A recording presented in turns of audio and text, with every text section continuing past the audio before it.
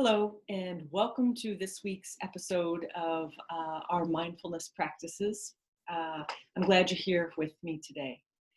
So, as you may already know, today I really wanted to talk about mindfulness during COVID. Um, because right now we're living through a difficult time, right? As you know, there's more uncertainty, more anxiety and fear. Uh, and so I want to help you tune into your own wisdom about what might help you get through this time. We also will have a mindfulness practice, as always. But first, I want to just talk a little bit about how a lot of people really are struggling more right now. People are finding that some people, everybody's different, right? But some people are finding that they feel more sad. Other people feel more exhausted. Other people feel more frustrated and irritated. People are feeling all kinds of ways, but yes, the feelings have ramped up in this time. And there's a lot more going on too than just COVID, right? So getting through a time like this can be extra difficult. I mean, life is already kind of difficult at times, right? Especially managing our own emotions and managing our own brain. Our brain can be pretty negative. So life can already be difficult in some ways. So today we want to really be talking about how do we help ourselves through this time. So you may find that some of the mindfulness practices you've learned here are helping you. And I hope you have found some that help you. Yes, our mindfulness practices can help us, and coming just into the present moment so that, whether it's into our body or whether we're noticing sounds or whether we're noticing our first bite of what we're eating, our first sip, there are many different practices and those can be helpful, right? But I also want to talk about the other things that can be helpful. And I want to do it in terms of asking you what helps you in your life to feel calmer, more centered, something that kind of helps to soothe you. Because we want to be exploring that. Let's see, we'll go through a couple different answers. I have my notes here, but some people like music. Some people like coloring. Some people like taking bubble baths. They don't necessarily take them very often, but they like taking bubble baths. Riding on a motorcycle, hiking, kayaking. I like the outdoor stuff, but you might not like the outdoor stuff. There can be many different things that help you to feel better. And as we're exploring this, we want to be noticing there can be some things that help us feel better that we decide are maybe not the healthiest of all, right? And so anything that feels a bit compulsive, watching a whole bunch of TV or drinking a lot or eating, kind of binging, all of that doesn't necessarily feel like it ends up being a good thing. So we're trying to find the coping skills. We really can't call them coping skills. For each of us, we're trying to find the coping skills that help us feel better and that don't have negative side effects, right? And so if I go hiking and I just go for a mile or whatever, and I feel good, then that's a good coping skill, right? But a lot of our coping skills can tend towards the negative when we overuse them. Like, I don't know, watching TV. Watching TV, it can be a good coping skill. If I look forward to it, I really enjoy it, I have a program I love, it can be a good coping skill. It can take my mind off of my life. It can help me relax. The same with reading, for example. But if I spend too much time watching TV or too much time on video games, then I'm starting to kind of disconnect from life, and I'm using it perhaps not in the healthiest way. So for each of us, we get to decide when a coping skill is positive for us and when maybe it's going a bit too far. Enough said about that.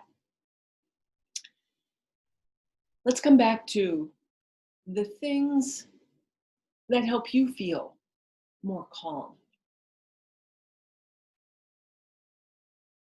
You'll have your own ideas about what helps you feel more calm, more centered,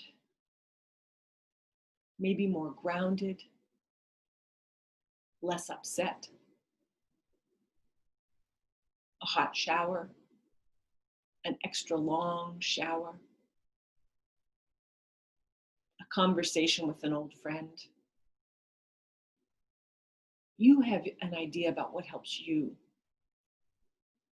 We'll talk more about that. I'd also like you to think back to childhood. And were there things that helped you then to feel calm, centered, maybe connected to other people, perhaps a sense of lightness or fun,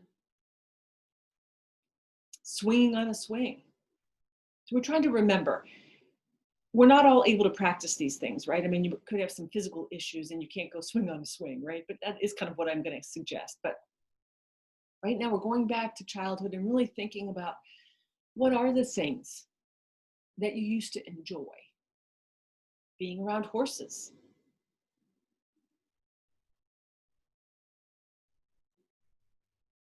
So give that a little bit of thought.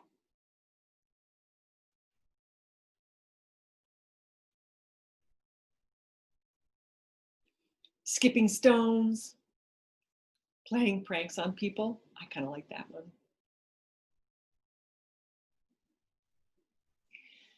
So we're having you tune into some of the things that help you feel better today, and some of the things that have helped you feel better in the past. So we're going to next talk about kind of practicing some of these things, but we can't always practice things, right? So there could be, maybe you really enjoyed being with your big family when you were a child, and now probably, that's not possible now. So you can bring that up in your imagination. You can bring that up, that sense of peace and connectedness. So you really can use your own imagination to help yourself find a bit of peace. So I already started to call these coping skills, and I'm also going to call it self-care. So what I mean by self-care is having ways that we're taking care of ourselves kind of proactively. So these things that you have in your mind, things that help you feel more relaxed. As you have them in your mind, perhaps you're aware that you practice these things from time to time when you're upset. And you practice this thing or these things, and they help you feel a little bit calmer. Okay, good, cool. What I'd like to be encouraging you to do, what I am encouraging you to do, is to practice these things more frequently. So that instead of practicing these things when we're already activated, whether it's agitated or exhausted or extra sad because we've been watching too much TV and we've been on Facebook too much, instead of waiting till we feel really upset to practice these things and help us kind of calm down, if we practice these things regularly, then we stay at a lower level of activation, so we don't get as upset as easily, right? So that's what I'm going to be encouraging you to do. Let's say you're someone who really loves music. Then instead of just listening to music sometimes or to help yourself feel better, how about this idea? How about you start listening to some music every morning? Maybe in the middle of the day. Again, maybe at night. Or if you're someone who loves bubble baths, I don't know, you take a bubble bath, I don't know, every 2 months. What if you start taking a bubble bath once a week? Maybe try it twice a week. Now, many of these things, it will feel like you don't have time.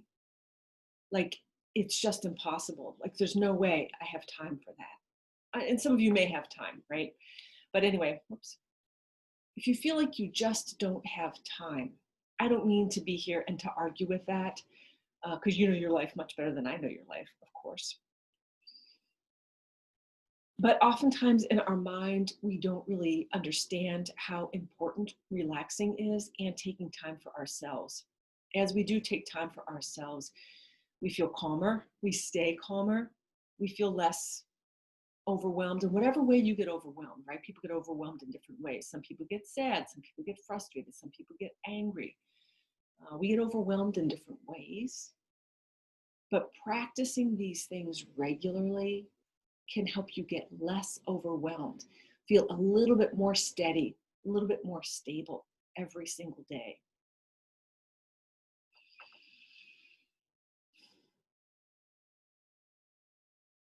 Another point about taking breaks, even when you feel like you don't possibly have time to take breaks. Another thing about taking breaks is there's a lot of research to support that taking breaks helps us to be more efficient, more effective, clearer in the brain, so that taking breaks ends up being a good thing in our lives, even though they're really hard to work in.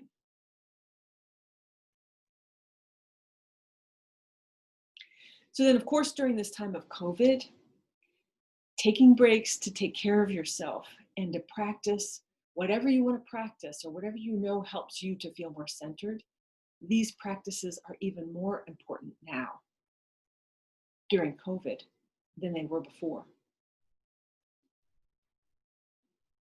I have this idea that each of us can be different versions of ourselves. So here I am, Penny Meckley Porter, and I can be kind of a good version of myself. I mean, I had, when I was raising my kids, I had some good mom moments, right? I really did. I had, especially looking back, I had some good mom moments. I had lots of middle of the road mom moments, and I had some really bad mom moments, right? I mean, yelling, screaming, perhaps. So we all can be kind of a better version of ourselves or a not quite so good version of ourselves. And what helps us with that? What helps us with that is proactively taking care of ourselves, proactively spending time doing the things that we enjoy and love and that we know help us to feel more centered. Another example is reading. A lot of people like to read a novel. One of my clients told me recently, so I am a therapist, a mental health counselor. One of my clients told me recently that he really loves to read, but he hasn't really been making time for himself to read because it feels kind of lazy. But we had this kind of coping skills talk. And now he is reading more, and he really is finding it helps him to feel calmer. And he's noticing that then he's less irritated with other people, because that's where he kind of struggles. He's feeling less irritated with other people, less irritated with his family members, less irritated with people at work, because he is spending this time routinely, he is spending some time routinely doing the thing that he really loves. Anyway, enough about that. A couple more points before we get into our meditation about life during COVID. Another thought is trying to make peace with uncertainty.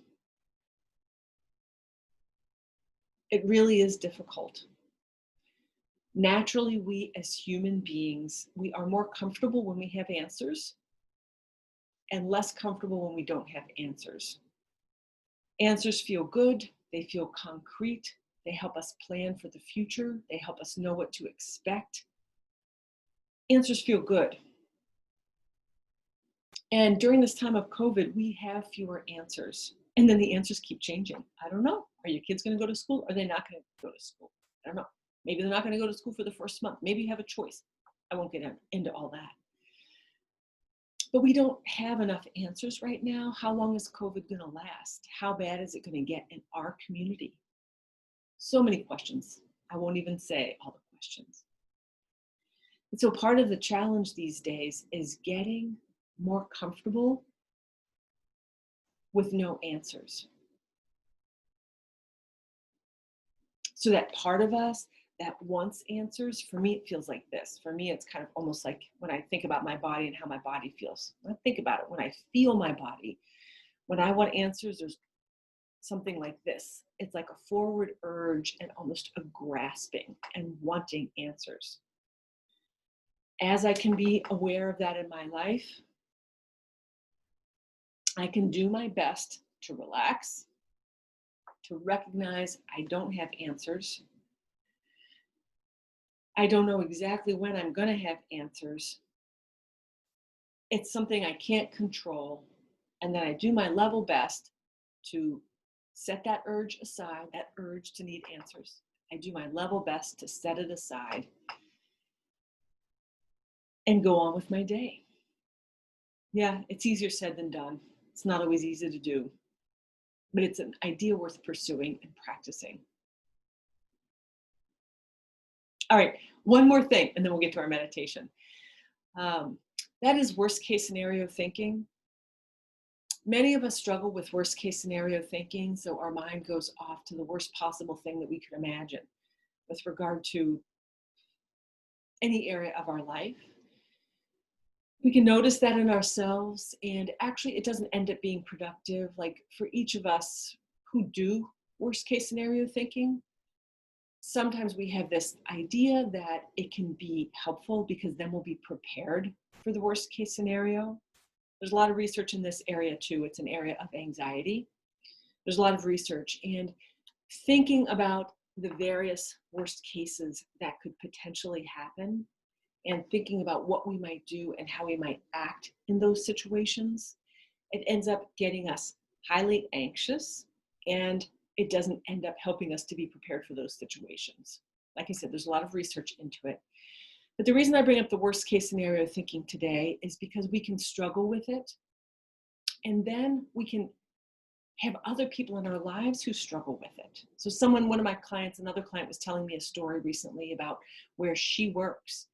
And someone where she works recently was saying, oh my gosh, it's going to be like this and it's going to be worse. Well, they weren't even talking about COVID. They were talking about a work situation. This thing just happened. It's going to last for a long time. It's not going to get better. And so this person was really voicing their own worst case scenario thinking. And what this person said, none of it ended up coming true. Things calmed right down within 2 days. Everything calmed right down.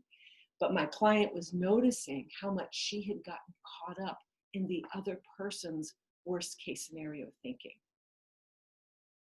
So just having our eye on these things, having our awareness on worst case scenario thinking, once we know it's a thing, we can try to be kind of backing away from it.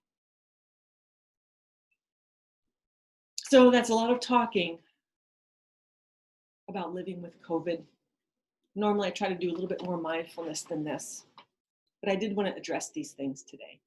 So let's get to our mindfulness practice. I would like you to close your eyes.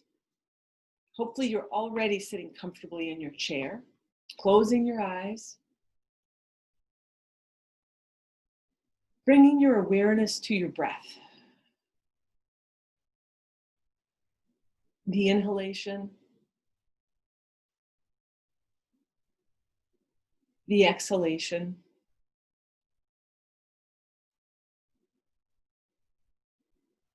At your own pace.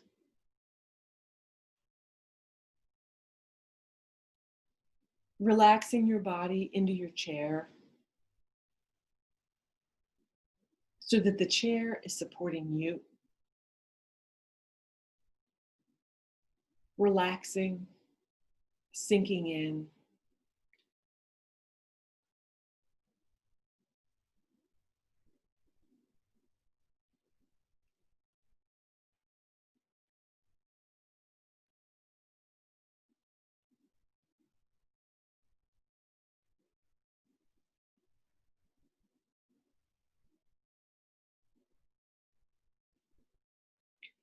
Let's go through the body from head to toe.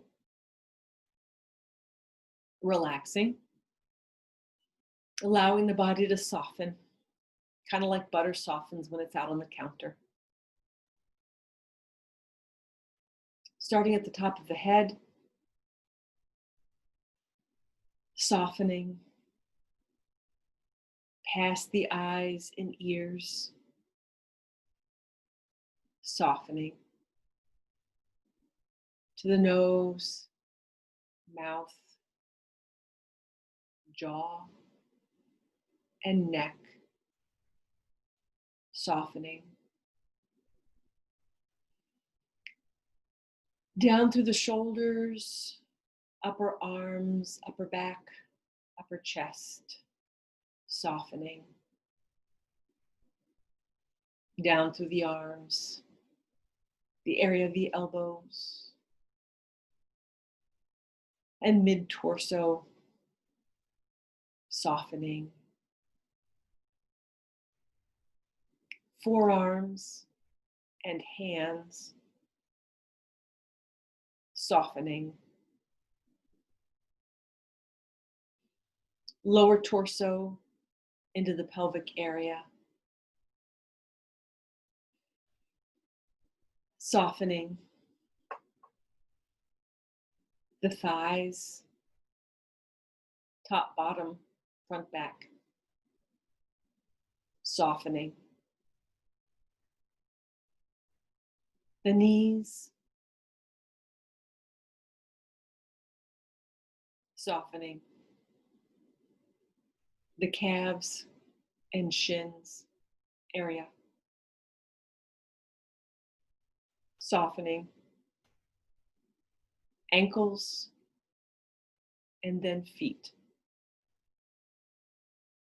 softening.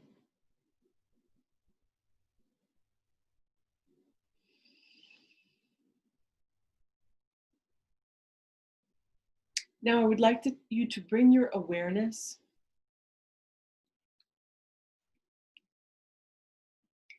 to your body, someplace in your torso,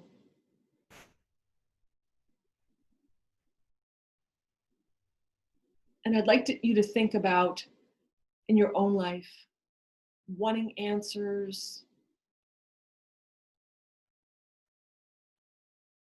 ways that you try to control your life,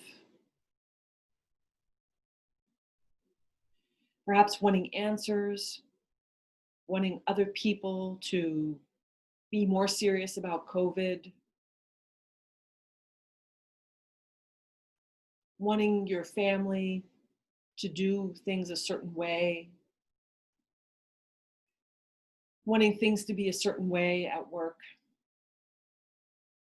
There's going to be a place or places in your body where you feel that need, that want for things to be a certain way. I want you to notice that area and breathe into that space as much as you can. It's kind of an imagery thing. Breathing in and breathing air into that space. Exhale, exhaling stress and tension from that space.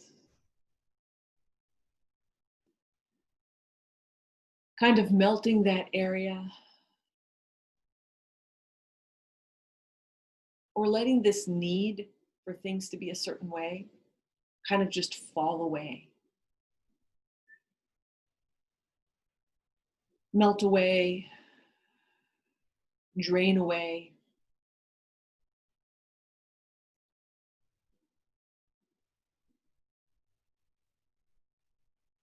Allowing that stress and tension that you feel around this idea of wanting to have answers or wanting things to be different than they are. Allowing that stress and tension to fall away, or bits of it to fall away. Not easy to get it to all to go away. But just noticing in your body where you feel it, bringing in softness, a melting, a releasing.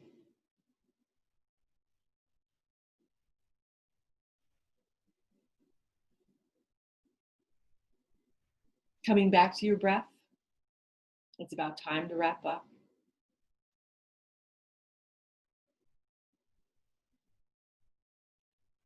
Another breath and then opening your eyes when you're ready.